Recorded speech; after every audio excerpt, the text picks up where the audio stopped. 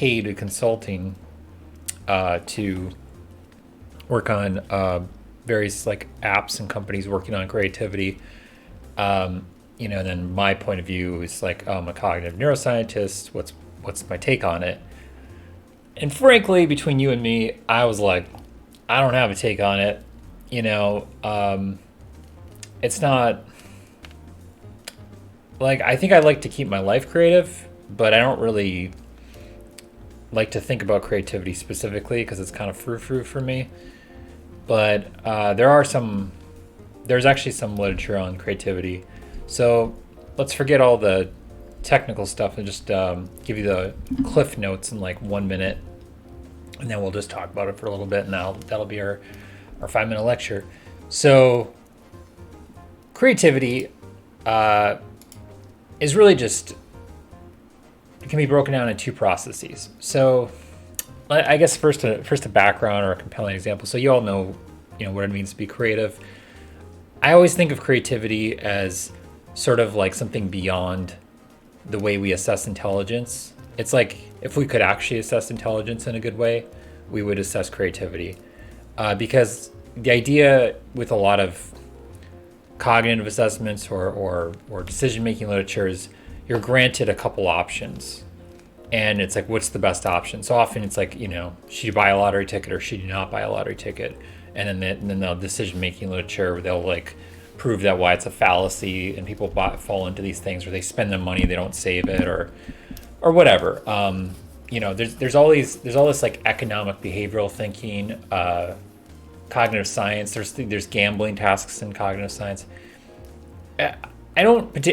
We always have to reduce these things down to a simple level in order to study it, but it's kind of silly because they're insanely reduced and simplistic compared to how life is. So asking somebody to choose among those options is like what they do with multiple choice exams, and IQ tests and intelligence tests are like that too, where they're just asking you to do kind of pattern recognition. But like insanely high level intelligence in the real world, I mean, if you imagine like a fictional character, I don't know if any of you watch Mandalorian, but there was some Star Wars references in that stuff. It doesn't matter, but there was a Star Wars character that I didn't know about, that one of my friends sent me a whole nice like backstory on him. Let me type in Star Wars, see if I can get any images on this guy. Yeah, this guy, Thrawn, which apparently he was in the cartoon series, and he was in the Star Wars New Republic game, or way back in the day. You could play as his race. If you're familiar with the Star Wars universe, he's a guy that his whole species lives on the outside rim of the whole Star Wars universe, and he kind of sort of wanders into the Star Wars universe, and he's just this ultra intelligent, kind of almost Sherlock Holmesian character who rapidly ascends to the highest level, like Grand Supreme Admiral of the Empire's military. So anyway, there was a cool comic like vocalization somebody did on YouTube. It's like a 2-hour movie. I like those characters, the highly intelligent characters. But I'm just going to kick down this music a little bit. All right, let's just go to the next one. I don't know what that music was. Anyway, my point is with real intelligence, like if you think of a really intelligent person you've met, or often you have to think of fictional characters because you don't run into people like that exceptional potentially. Like you think of fictional, like Batman taking on the whole Justice League, or some fictional like super intelligent character, or Sherlock Holmes, or the Thrawn character I was reading about recently. What a super intelligent person does actually is come up with their own options. They don't just accept at face value the options granted to them. And how do you do that? Well, you need creativity. So there's been attempts in the literature back in the 70s. People were trying to make a better intelligence test, and they thought by assessing creativity they could get at intelligence better. And I think that was motivated by kind of some of the stuff I'm talking about right now. So anyway, there's your motivation. All right, so let's break it down in like 20 seconds. So basically, there's two processes the way that I like to think of it. There's generative. Let me make this more readable. Let's pick a less creative font. So it's actually, useful. There's generative and there's discrimination or discriminatory or whatever you want to say. Discriminatory.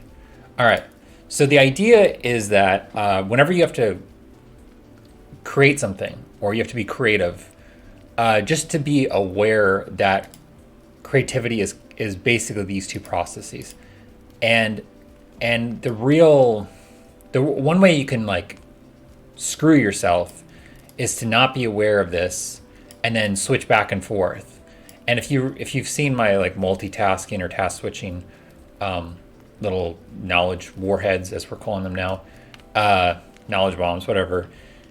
There's huge costs associated every time you switch to something else, because it's like you have to load all this stuff up into your RAM and then deal with that. And then if you switch to something else, like if you're switching between a conversation and your homework assignment, it's like you have to keep clearing sort of your buffers and loading your buffers with the relevant.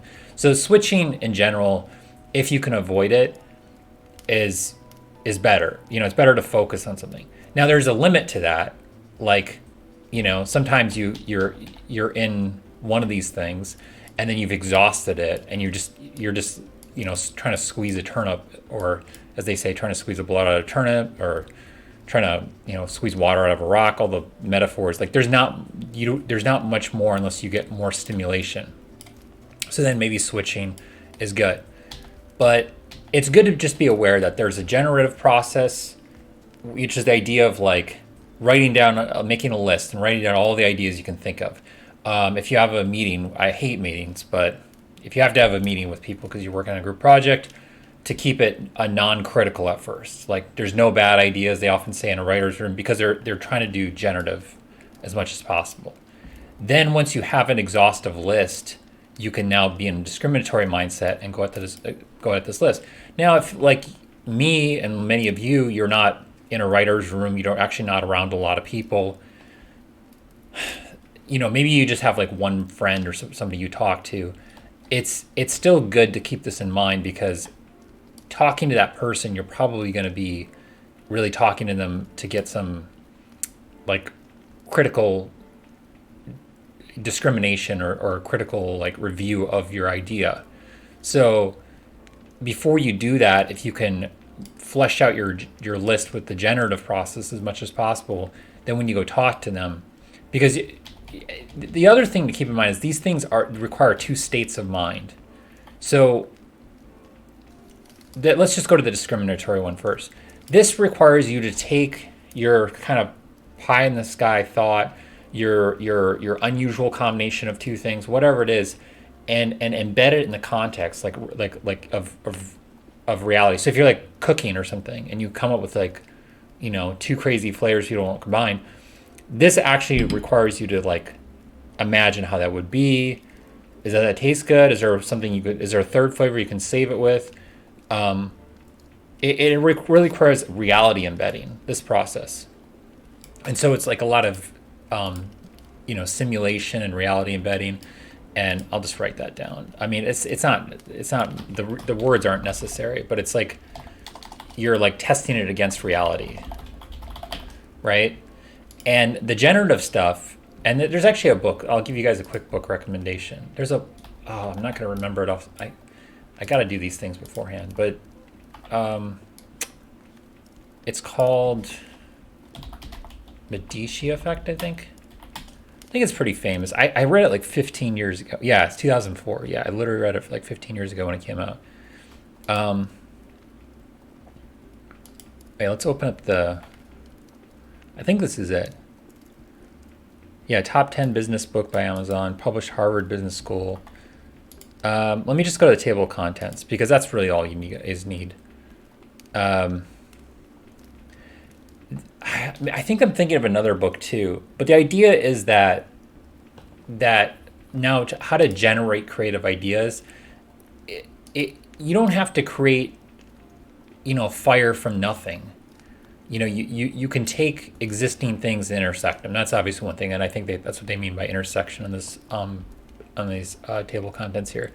But it really breaks down to a few strategies, right, to generate and create things that are creative and new. You could take something normally in one context and just transfer it to a different context, and then see how that goes. You can combine two things that are normally combined. You can break down the components or the features of something, and then just tweak some of them. I mean, all these things can lead to generating something that doesn't exist or is new, even if it's a little new.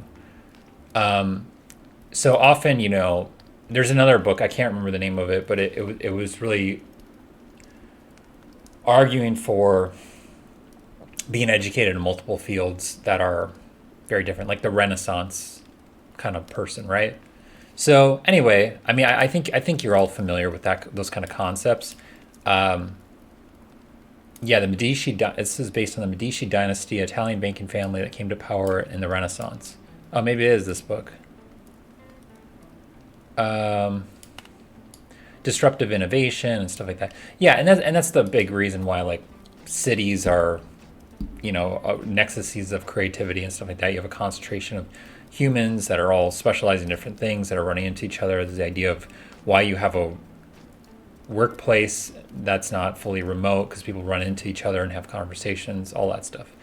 So yeah, just to give you some sense of these things, you probably have heard a lot of this about creativity, but there are some real cognitive, I guess you could say neuroscience mindset stuff that makes these two states of minds completely different. So you should be aware of that. So if you're stuck, it's like here's a simpler example that's more relevant.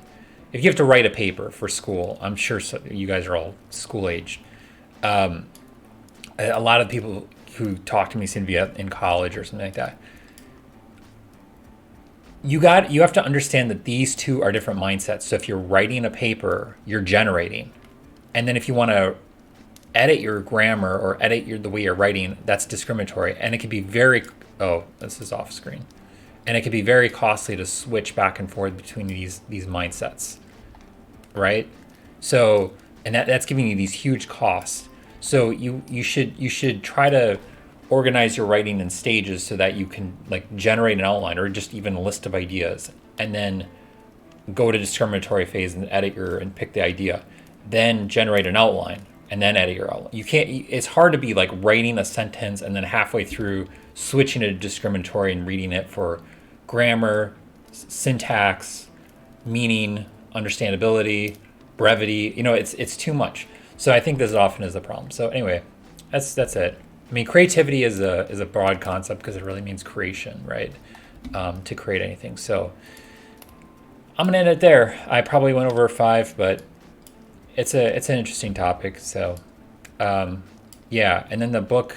I thought there was another book, but it kind of ends that segment. I'm just gonna pull up the um,